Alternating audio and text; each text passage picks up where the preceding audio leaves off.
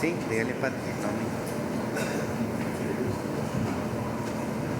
Que se sume después. Sí, dígale que empiece.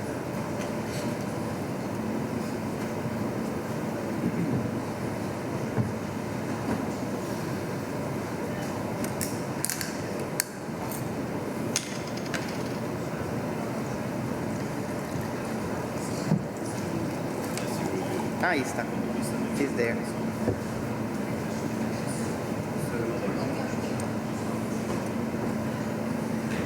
That's the next speaker.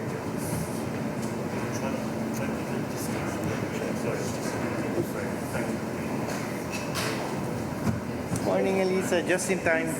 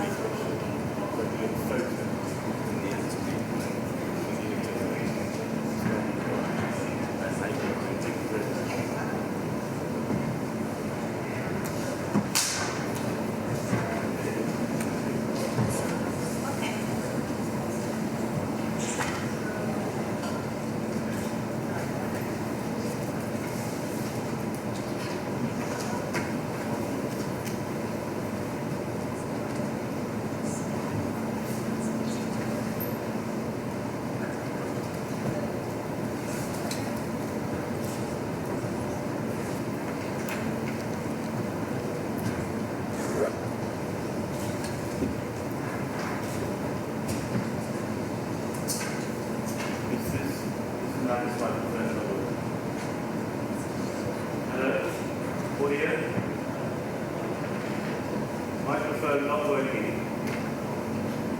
Hello? Okay, is it working now? Can you hear me? Okay. Right. Give me 10 seconds to clear the shot, and then we can go. So we're going to go in 10 seconds.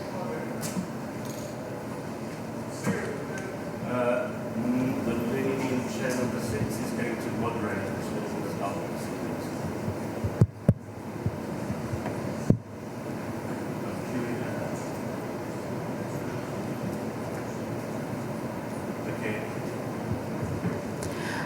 Good morning, everyone. Thank you for being here in person and, of course, virtually for this press conference. I'm Patricia Watimena with the International Network for Economic, Social, and Cultural Rights, and today we are here to address a very fundamental issue of accountability, especially for loss and damage and reparations as human rights obligations. The concept of climate reparations itself is very much rooted in justice.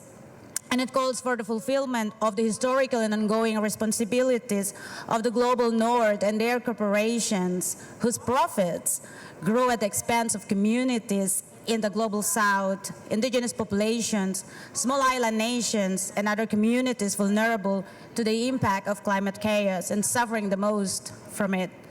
Again, it's never about charity, like what many wealthy countries are framing it to be. It is a long overdue of moral and legal obligations. Those who have long benefited from carbon-intensive, exploitative model of development really owe billions of peoples and communities who are now confronting the multidimensional crisis and existential threat due to this extractivist model. Today we are calling on wealthy countries, the global polluters, to fulfill their obligations and pay for the climate debt. You may have heard it, but let me repeat to you again that climate justice demands that we take urgent and meaningful actions to bring about transformative change and put an end to climate colonialism. This is the only way we can build our common futures grounded in human rights, justice, and accountability. This morning we have an amazing lineup of speakers, and Elisa Morguera, the UN Special Rapporteur on Human Rights in the context of climate change, will kick us off by sharing her analysis on the disproportionate impact of the climate crisis, state obligations to prevent human rights violations, and ensuring the right to remedy, access to information across climate actions. And then Elisa will be followed by Chiara Ligori of Oxfam, who will speak after and touch upon the issue of unprecedented inequality amid the worsening climate crisis, and elaborating more on one important question of, do we have the money needed to tackle this crisis?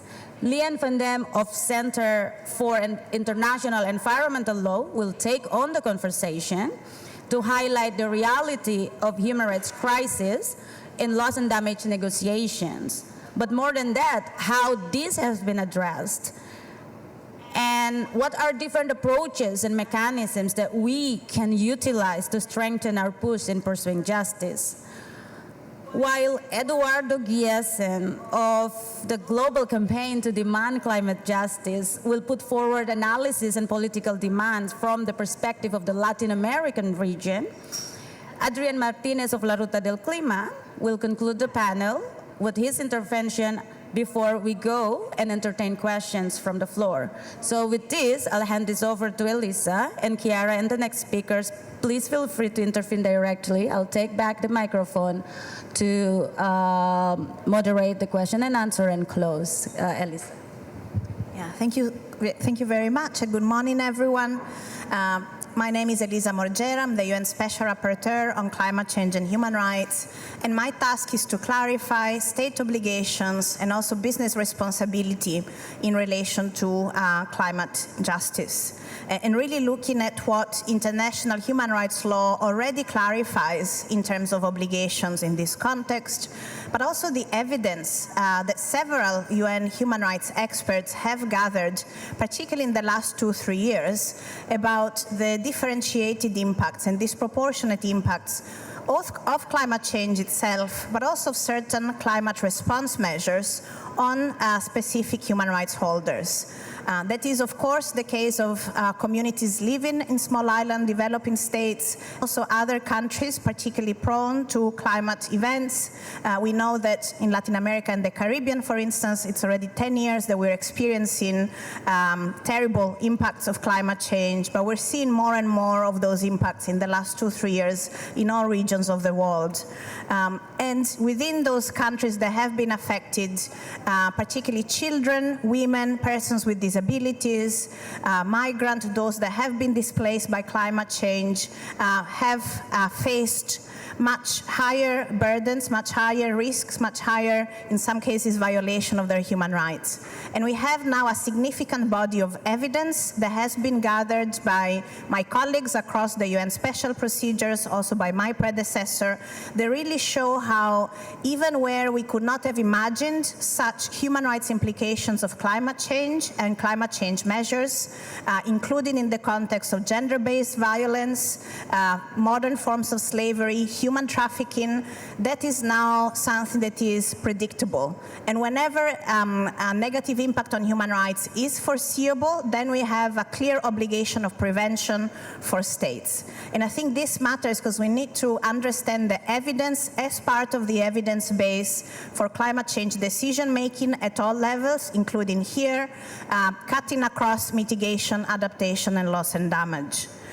And of course, when we see already existing violations of human rights arising from climate change or climate change measures, we also need to respond and to provide for a human right to remedy.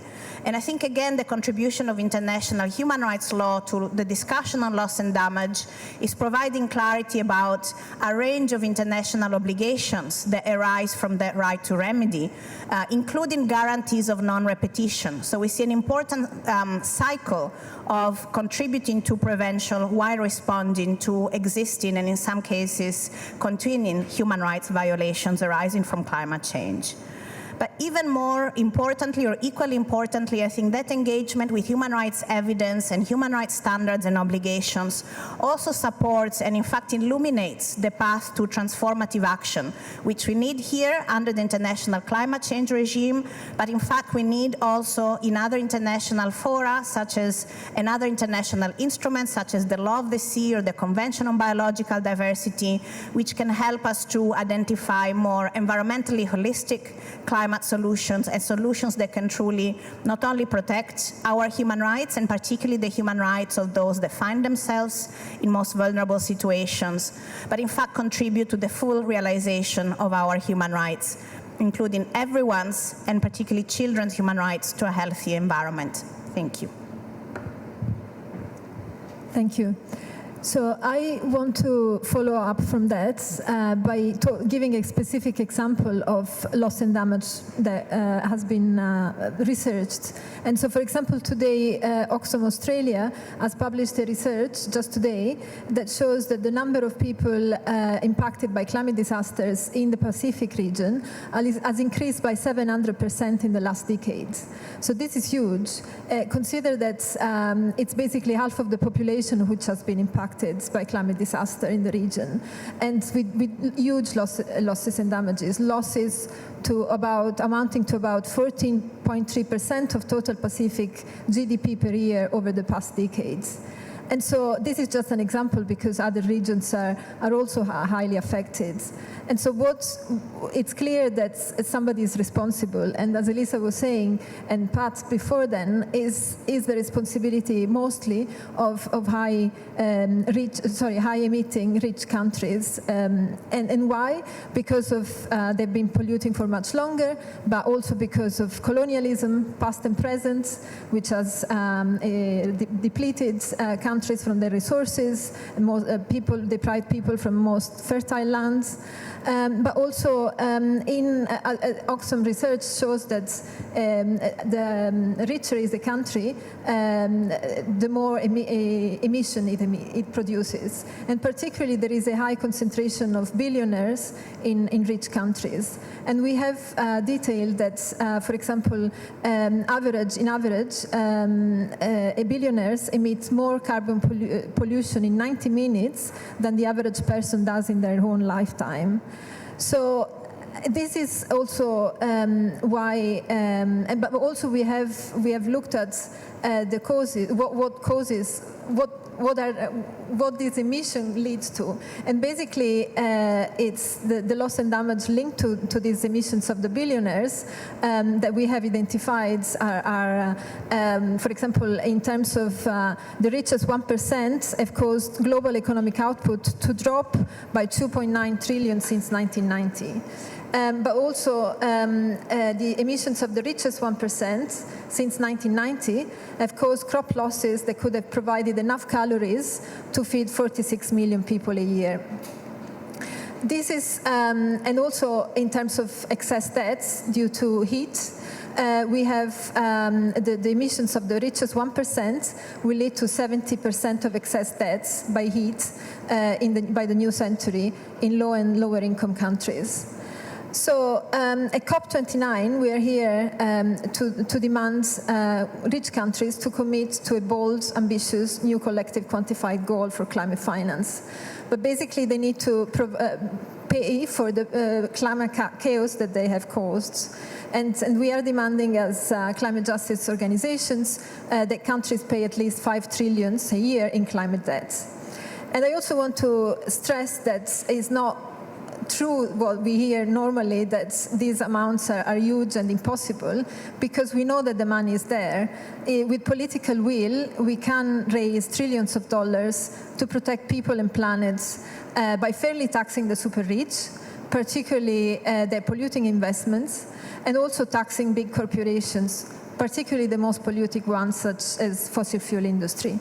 And so there is really no excuse not to do that. Thank you. I am Lien van Damme from the Center for International Environmental Law, and thanks to my previous speakers for setting the scene. what we call loss and damage in this space and what Gia was just talking about in reality is really what the human rights community calls and evaluates as harms to human rights from the climate crisis. And as the Special Rapporteur already explained, under human rights law, those who suffer harm to their human rights are entitled to remedy, have a right to remedy, including full reparations. And in this space in the UNFCCC, this right has been long denied and is still being denied to those suffering harm from the climate crisis. And rich countries have actually explicitly attempted under the Paris Agreement to deny their responsibility with regards to compensation and liability under international law when it comes to loss and damage. We've seen some important evolutions in the last year. The Loss and Damage Fund was established, which was a historic win for communities, for climate vulnerable nations. But still, we see that it has several shortcomings with regards to the structure of the fund, but also, of course, it's still extremely underfunded. It has about 700 million, while the needs are in the hundreds of billions per year, which is linked to the fact that right now the governing instrument basically leaves pledges to the fund to be voluntary rather than an obligation, which is what it should be under international law. And also other aspects related to the setup, the fact that it is being hosted under the World Bank really raises questions around the ability of this fund to provide remedy to those communities that are most affected by the climate crisis. And this is also being confirmed outside of this space. A very recent study by the UN Secretary General that he prepared for the Human Rights Council really confirms that UNFCCC loss and damage mechanisms are at this moment not designed to provide remedy for or to uphold the right to remedy for those affected by the climate crisis. So we are really here to demand that these mechanisms under the UNFCCC are restructured, that they are reformed to be aligned with human rights law. We see some important opportunities when it comes to the Loss and Damage Fund. A lot about the fund still needs to be decided. So there is a lot that still can be done to align the fund better with human rights obligations. There is also, for example, the review of the Warsaw International Mechanism that is happening here at COP, where advancements could be made. But we're also realistic, and even with such changes, we see the context of the UNFCCC, and as I mentioned before, these attempts to really avoid compensation and liability under this space. So we also really look at international human rights law, international human rights spaces to work towards complementary mechanisms and really make sure that the right to remedy is respected for those that are suffering harm from the climate crisis. And in that context, it's really important that there's 3 advisory opinions underway by international courts. One is already actually published, and there's still 2 to come, one from the Inter-American Court for Human Rights and one by the International Court of Justice. They're really looking at the legal obligations of states in the context of the climate crisis, clarifying those obligations, and also what it means to breach those obligations, so the consequences of those breaches, which again, as was mentioned before, entails reparations for climate harm. I don't think I have much time to go into detail, but really important is that right after COP, there is COP29, there is the oral hearings of the International Court of Justice for their advisory opinion on climate change happening the first week of December.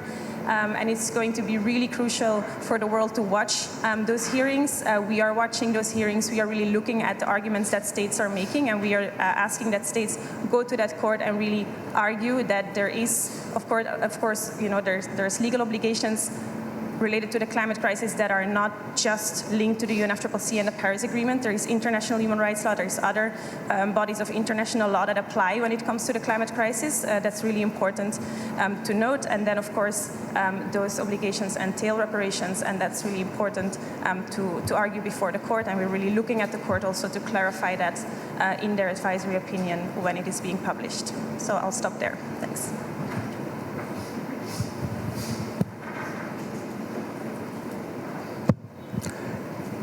Thank you. For starting, I want to say that my English is not so good. Then be patient, please. If you didn't read the book Open Veins of Latin America from Eduardo Galeano, Uruguayan writer. This is a review of the usurpation and human rights violation in our region since the colonization. And I think if Eduardo Galeano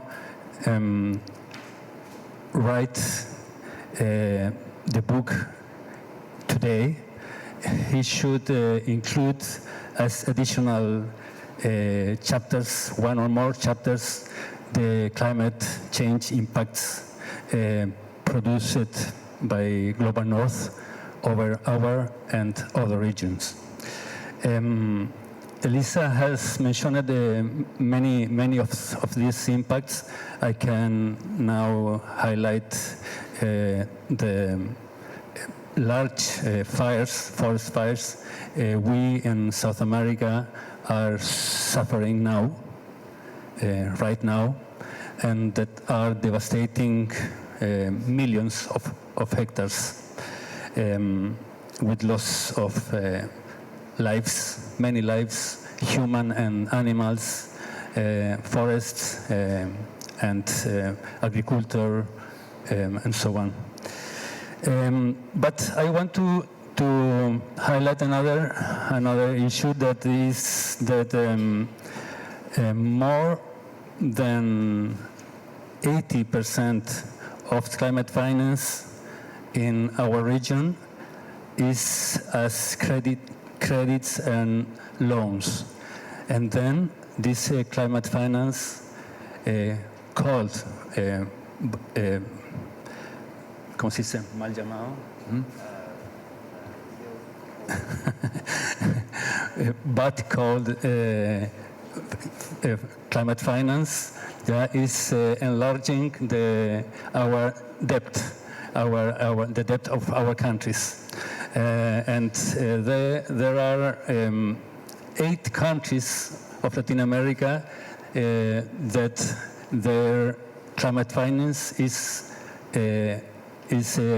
related to loans or credits over 90%, including our countries, Costa Rica and Chile.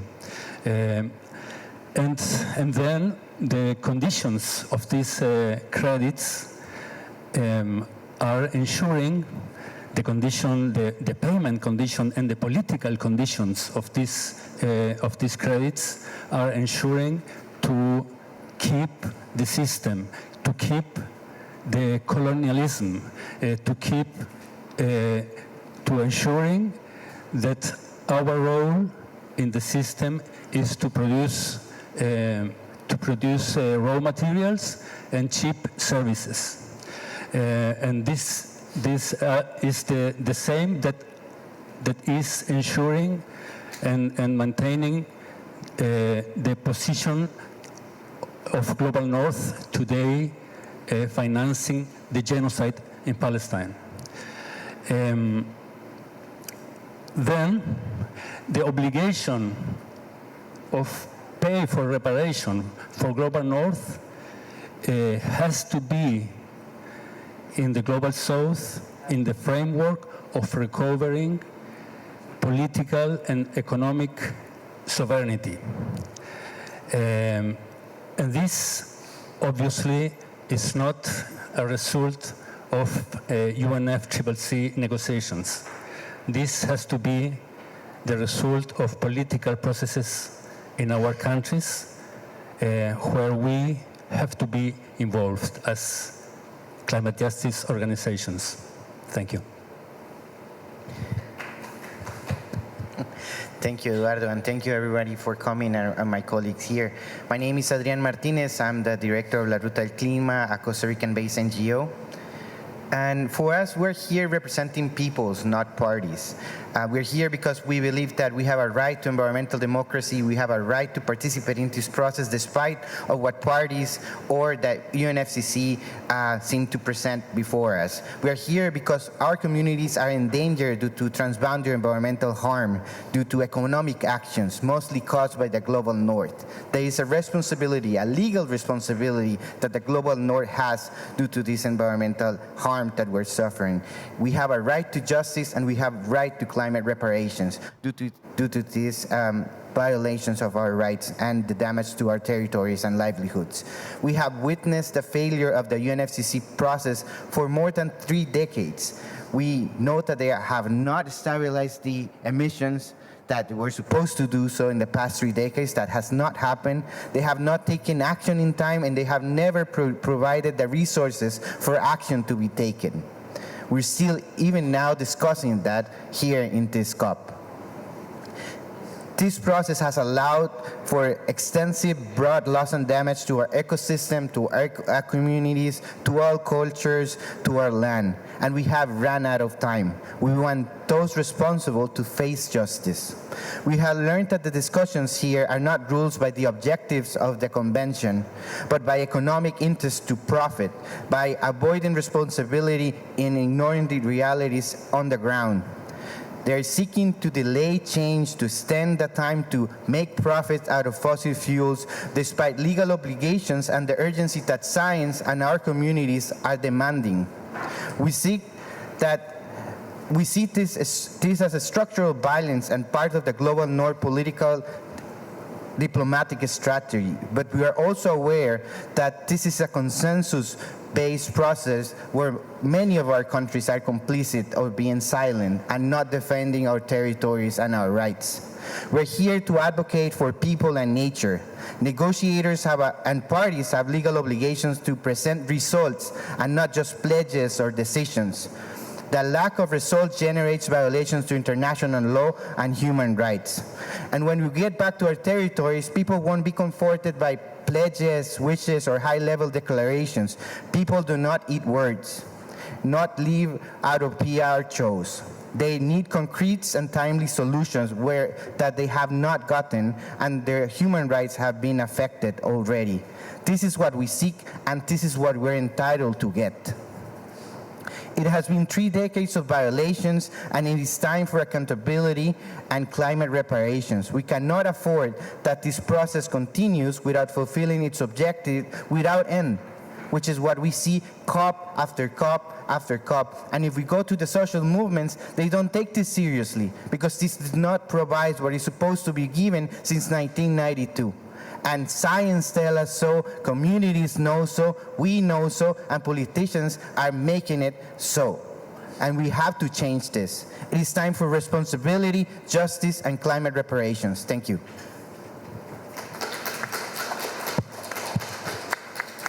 Thank you so much to all our speakers. And now I want to invite questions from the floor. I want to see a show of hands if you want to raise a question.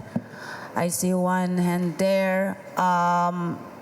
Okay, so we would need you to identify yourself, but you also need to stand up so that the camera can recognize you. And the microphone is there. Perfect, thank you. And that will be great if you can keep your intervention rather brief so that if there are others also, they can take the floor. Please, now the floor is yours. My question is to Ma'am Helisa. I'm Nafisa Baluch from Balochistan. Our region faces climate impacts despite minimal emissions. I lost my home in the 2023 floods and received no aid. The 2020-22 floods displaced 33 million people, mostly in Balochistan and southern Sindh. Germany pledged $54 million, but not even a single dollar reached to the ground. How can the UN ensure loss and damage compensation reaches affected communities directly, prevented similar instances? Thank you. Well, thank you very much for your intervention. I think we've talked about the importance of the amount of finance, but of course the quality of finance, how this finance is delivered to whom, and what priorities it needs to respond to is, I think, as crucial a question. There's been a lot of work, I think, by social movements and civil society and many other advocates to really move from an international finance system that reaches directly communities, particularly the communities most affected by climate change. But I think together with that, it also needs to be a system where the priorities of funding are co-identified with those communities. The modalities of the funding need to be appropriate and agreed together with those communities. And crucially, I think a system where all the learning that those communities at the front lines of climate change are experiencing, both in terms of what is working, what is not working, becomes central to the decision making around the finance and in fact around any climate action more broadly. So I think that is the transformation that we need for really more effective climate action to happen. Thank you so much, Elisa. I see no immediate show of hands, so I wonder whether other speakers want to take a minute or so to just add to what Elisa is saying and we close. Lian, please. Yeah. Just maybe to complement on what Elisa was saying, there are two important opportunities, I think, at this COP and just currently happening to really improve this finance provision and really realize community access to finance, which is the NCQG. A lot of, there's a lot being talked about the quantum, which is really important. We need finance at scale, but the NCQG is also an opportunity to really put in place some commitments to improve the quality of the finance, to improve access for communities, for community-based organizations, for indigenous peoples. So we're really looking at that process to put in place some of those modalities. And also, as I mentioned, the Loss and Damage Fund, a lot of that is happening outside of the COP. It's happening in the board meetings of the fund, but also there we're talking about access modalities, which again really goes back to ensuring that communities who are facing the impacts of the crisis have direct access to the fund. And there's been really a call by, I don't remember the number, but more than 350 organizations to establish specific mechanisms under the fund to make sure that communities have direct access. So that's really an important opportunity to make that happen. Thanks for that question. Adrian, you want to add? Yeah, I think the question of funding is very important for loss and damage, and I think it relates to what Eduardo was saying. That first of all, the synthesis report from the UN Secretary General states that the structure of the fund does not correspond to human rights. So that's one thing, and it does not correspond to the legal obligations to fund loss and damage that states have due to transboundary environmental harm. But also, the way that is structured, it allows for them to profit on how they will provide funding and take an advantage of vulnerable situations that communities and countries have due to loss and damage. So it's very important to look into the means and the way funding is being provided, because it will open also a way to profit and also open a way to take advantage of those that have been harmed. And this is something that the issue of loss and damage should not be enabled for. Thank you so much, and I think with that we are ending our conversation. And so we are off now, but if there are more questions, the speaker's going to be hanging around a little bit, so please feel free to approach them and then also come and then ask your questions. Thank you so much again, everyone. Thank you so much for the speakers too. Yeah.